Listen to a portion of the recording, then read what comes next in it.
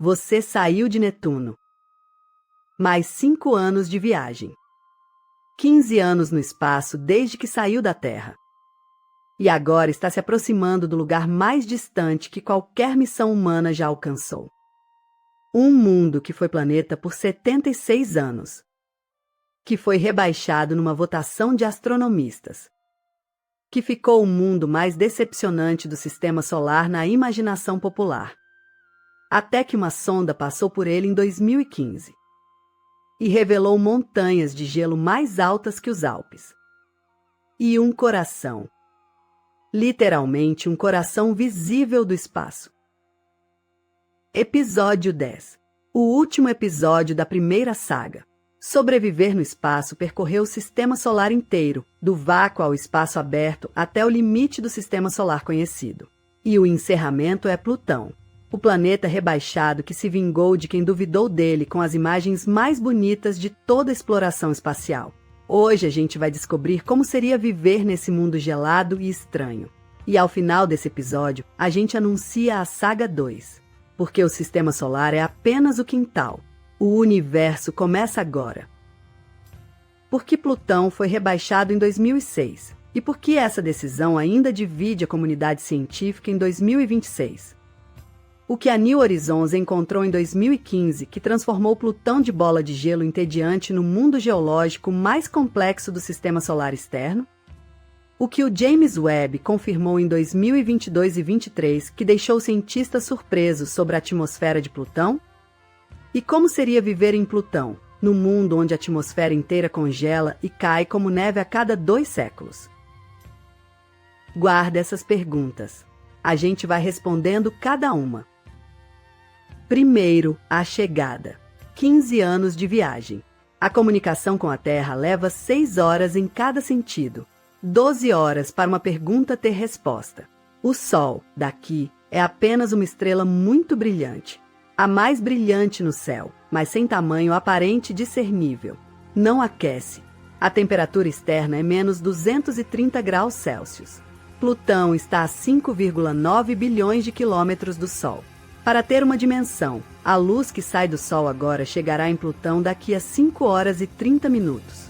Você está no limite do que chamamos de Sistema Solar de planetas. Além de Plutão, começa o Cinturão de Kuiper, onde a New Horizons ainda viaja hoje, em 2026, 11 anos após passar por Plutão, continuando sua jornada em direção ao espaço interestelar. E ao se aproximar, a primeira coisa que você vê é a cor. Plutão é marrom avermelhado com manchas brilhantes de branco. Não cinza, não completamente branco. Marrom ferrugem, com o brilho intenso do coração de nitrogênio congelado visível mesmo de longe. Uma bola de gelo com personalidade. A resposta da primeira pergunta.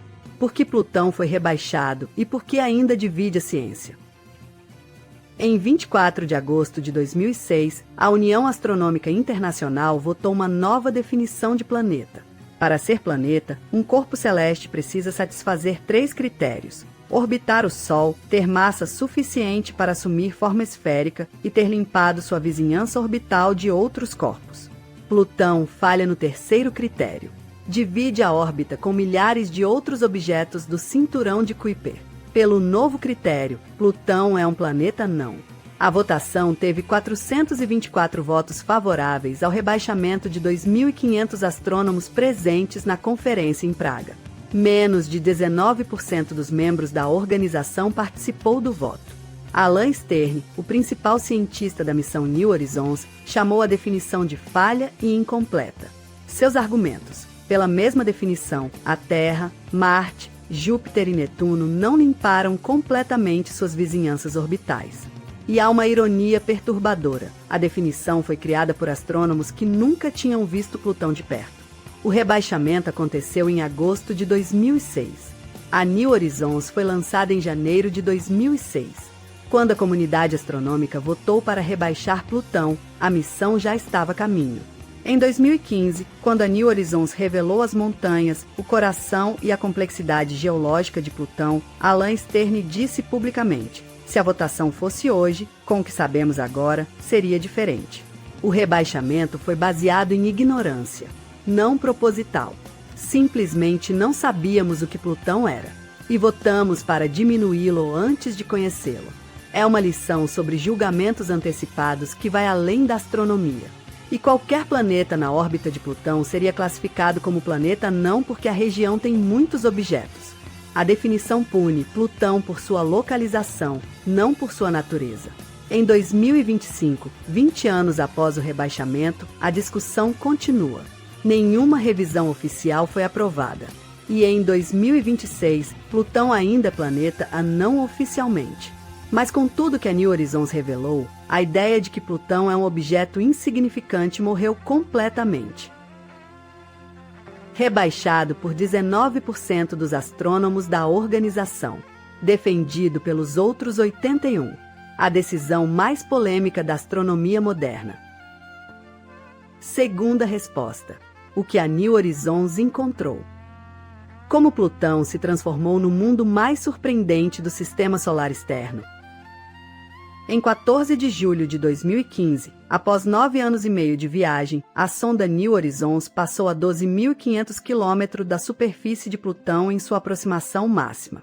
Em menos de 24 horas de sobrevoo, coletou mais dados sobre Plutão do que toda a história anterior da astronomia somada. A primeira imagem que chegou à Terra mostrou o coração. A Tombaugh Regio, em homenagem a Clyde Tombaugh, o astrônomo americano que descobriu Plutão em 1930. Uma planície de nitrogênio congelado em formato de coração com 1.000 quilômetros de largura.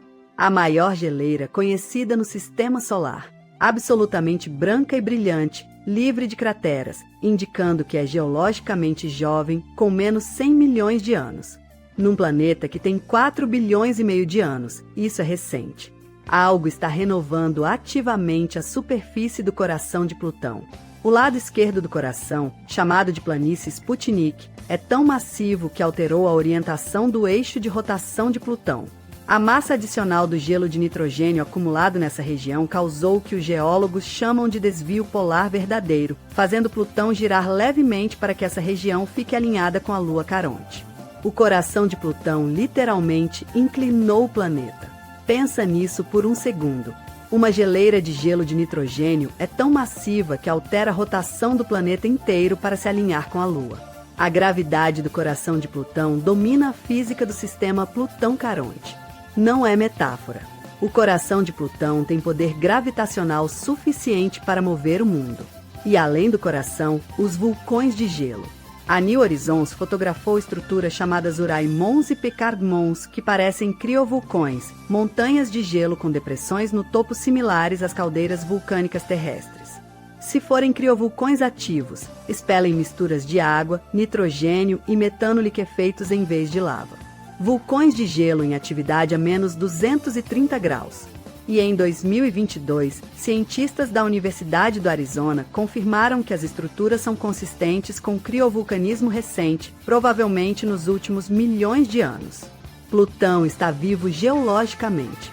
O mundo que parecia morto e entediante de longe é um dos mais ativos do Sistema Solar externo. E além do coração, as montanhas. Cadeias de montanhas de gelo de água com mais de 3.500 metros de altura. Tão alta quanto os Alpes. O gelo de água em Plutão, a menos 230 graus, é tão rígido quanto rocha. São montanhas de rocha de gelo, com cânions, com vales, com diversidade geológica que rivaliza com qualquer planeta do Sistema Solar interno. Terceira resposta: o que o James Webb descobriu. O que mudou em 2022 e 2023? O James Webb foi direcionado para Plutão em 2022 e 2023, com instrumentos capazes de analisar a composição química da atmosfera e da superfície com precisão sem precedentes. As descobertas surpreenderam. A atmosfera de Plutão, que já era conhecida como tênue e composta principalmente de nitrogênio com traços de metano e monóxido de carbono, mostrou comportamentos inéditos. Uma regulação de temperatura atmosférica incomum, onde a temperatura da alta atmosfera é controlada por partículas sólidas em suspensão de forma diferente do que os modelos previam. A neblina azul que envolve Plutão, confirmada pela New Horizons como resultado da fotoquímica do metano na atmosfera, mostrou-se mais complexa quimicamente do que se imaginava, com moléculas orgânicas que o James Webb identificou pela primeira vez. Plutão, a menos 230 graus no limite do Sistema Solar, está produzindo química orgânica na sua atmosfera. Não é vida, mas são os blocos construtores de moléculas complexas. E o James Webb confirmou também um fluxo misterioso de matéria entre Plutão e Caronte que explica as cores da Lua.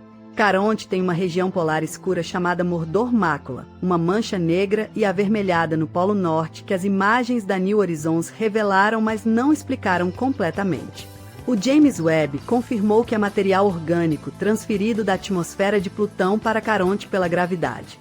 Plutão está literalmente tingindo sua lua de escuro. E Caronte merece um parágrafo próprio, porque é único no Sistema Solar. Com metade do diâmetro de Plutão, Caronte é a Lua proporcionalmente maior em relação ao seu planeta de todo o Sistema Solar. Tão grande que os dois não orbitam um ao redor do outro da forma convencional. O ponto de balanço gravitacional, chamado baricentro, fica no espaço entre os dois corpos, não dentro de nenhum deles. É um sistema verdadeiramente duplo. Dois mundos orbitando um ponto vazio entre eles. E os dois estão em rotação sincronizada, o que significa que o mesmo lado de Plutão está sempre voltado para Caronte e o mesmo lado de Caronte está sempre voltado para Plutão. Se você mora em Plutão no hemisfério que aponta para Caronte, você vê Caronte sempre no mesmo lugar no céu, nunca se movendo. Grande, cinza escuro com a mancha negra de Mordor no Polo Norte, suspenso no céu como uma lua permanente que nunca nasce nem se põe. Se mora no outro hemisfério, nunca vê Caronte. Para sempre. Os dois mundos têm hemisférios que nunca se verão um ao outro. E a quarta resposta: como seria viver em Plutão? No mundo onde a atmosfera congela e cai como neve a cada 2 séculos. Você pousa em Plutão. A superfície sob as botas é de nitrogênio congelado, macia e levemente elástica, como pesar em gelo granulado muito fino. A gravidade é apenas 6% da terrestre. Você pesa menos de 5 quilos. Num salto leve, você poderia alcançar 15 metros de altura e levar mais de 1 minuto para voltar ao chão. O propulsor Ares está no máximo da utilidade aqui. Cada movimento externo precisa ser calculado com extrema precisão porque a gravidade quase não vai te trazer de volta. A base em Plutão ficaria no coração, na Tombaugh Regio, onde o terreno é mais plano e mais jovem. Do interior da base, você veria o coração se estendendo até o horizonte em todas as direções, branco absoluto, iluminado fracamente pela luz do sol distante. É a vista mais serena de toda a saga. Não há tempestades visíveis como em Júpiter. Não há vulcões como em Ió. Não há ventos supersônicos como em Netuno. Plutão é quieto, silencioso, imenso em gelo branco se estendendo até onde o olho alcança, com as montanhas de gelo de água no horizonte como os Alpes vistos de longe. O café da manhã usa energia nuclear, como em todos os episódios do Sistema Solar Externo. O jardim hidropônico funciona com luz artificial total. E a rotina de Plutão tem uma peculiaridade única. O ciclo de dias dura 6 dias e 9 horas terrestres. Cada dia plutoniano é quase uma semana terrestre. Você acorda, trabalha, dorme e a mesma escuridão estrelada continua lá fora. A diferença entre dia e noite em Plutão é imperceptível, porque a luz solar é tão fraca que mal ilumina a superfície mesmo no melhor ângulo. Plutão vive em eterno crepúsculo estrelado. E a característica mais extraordinária de viver em Plutão, a atmosfera. Plutão tem uma órbita altamente elíptica e inclinada 17 graus em relação ao plano da órbita terrestre, o que a torna diferente de todos os planetas. E essa órbita leva 248 anos para completar. Desde que Plutão foi descoberto em 1930, não completou nem metade de uma órbita. Em 2026, tem passado apenas 96 anos desde a descoberta, numa órbita de 248 anos. Plutão tem uma órbita altamente elíptica que leva 248 anos para completar. No periélio, o ponto mais próximo do Sol, Plutão está a 4,4 bilhões de quilômetros. Isso aconteceu entre 1979 e 1999, quando Plutão estava mais perto do Sol do que Netuno. No afélio, o ponto mais distante está a 7,3 bilhões de quilômetros. Nessa distância máxima, a temperatura cai ainda mais e a atmosfera inteira congela. O nitrogênio, o metano e o monóxido de carbono que formam a atmosfera viram sólidos e caem como neve sobre a superfície. O planeta literalmente perde sua atmosfera. E quando volta ao periélio 2 séculos depois, o calor solar sublima o gelo de volta ao gás e a atmosfera retorna. Plutão respira a cada 248 anos. Uma inalação e uma exalação que duram séculos. Nenhum ser humano viveria por tempo suficiente para ver um ciclo completo. Mas se você morasse em Plutão, saberia que a atmosfera fina e azul que envolve o planeta agora, que o James Webb observou com seus compostos orgânicos, vai congelar e desaparecer em algum momento nos próximos séculos. E daqui a 248 anos, com a base vazia de humanos há muito tempo, a neve de nitrogênio vai cobrir tudo de branco fresco de novo. Plutão não precisa de ninguém para continuar seu ciclo. Ele respira sozinho há bilhões de anos. E a New Horizons, lançada em 2006, ainda viaja além de Plutão em 2026. Está a mais de 8 bilhões de quilômetros do Sol. Em 2036, deve entrar na heliopausa, o ponto onde o vento solar da nossa estrela cede ao vento interestelar, como a Voyager 1 e a Voyager 2 fizeram antes dela. 4 sondas humanas agora navegam no espaço interestelar ou estão a caminho. 4 mensagens lançadas ao universo. E nenhuma chegará a outro sistema estelar por dezenas de milhares de anos. Somos uma civilização que lançou garrafas ao oceano cósmico, sabendo que nunca vai receber resposta em tempo de vida humana. O planeta que respira a cada 248 anos, que tinha um coração antes de qualquer ser humano existir, e que vai continuar batendo quando não existirmos mais. E com isso, a primeira saga chega ao fim. 10 episódios, 10 mundos, do vácuo do espaço aberto até o limite do sistema solar. Sobrevivemos ao vácuo que te mata em 15 segundos, à poeira de lâminas de vidro da Lua, ao inferno de 467 graus de Vênus, às tempestades de poeira de Marte que duram meses, aos vulcões de enxofre de Ió, ao oceano escondido de Europa, às asas de Titã, aos diamantes de Urano, à lua assassina de Netuno e ao coração que respira de Plutão. Sobrevivemos ao sistema solar inteiro.